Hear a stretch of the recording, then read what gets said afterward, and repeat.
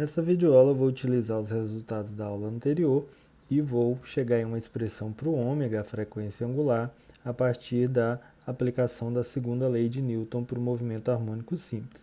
Ou seja, eu vou estar considerando esse bloco de massa m oscilando entre uma posição de equilíbrio de menos xm a mais xm por uma força elástica.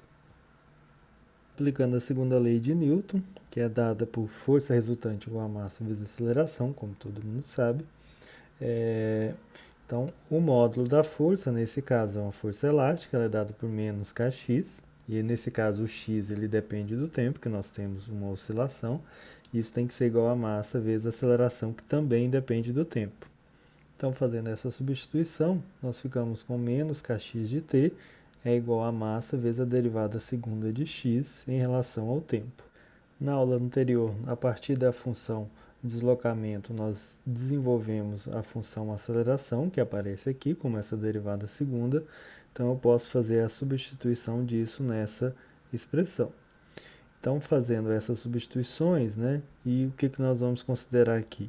Nós vamos considerar que esse x de t ele é dado por xm cosseno de ômega t mais φ, enquanto que essa aceleração ela pode ser dada por ômega ao quadrado, xm, isso negativo, cosseno de ômega t mais φ. Então, substituindo esses valores aqui, nós ficamos com menos k sobre m xm cosseno de ômega t mais φ é igual a menos ômega ao quadrado xm cosseno de ômega t mais φ. Então, esses termos que eu cortei em azul, eles são iguais, de forma que eu fico com k sobre m igual a ômega ao quadrado.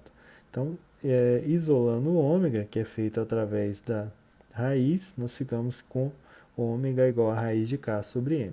Ou seja, a frequência angular, que aparece nessa expressão do deslocamento, para o caso desse sistema massa-mola, ela vai valer a raiz quadrada da constante elástica dividido pela massa.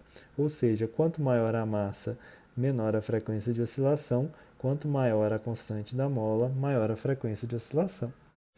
Como a frequência angular está relacionada com o período, por ômega igual a 2π sobre período, eu posso usar o resultado circulado em vermelho e substituir aqui.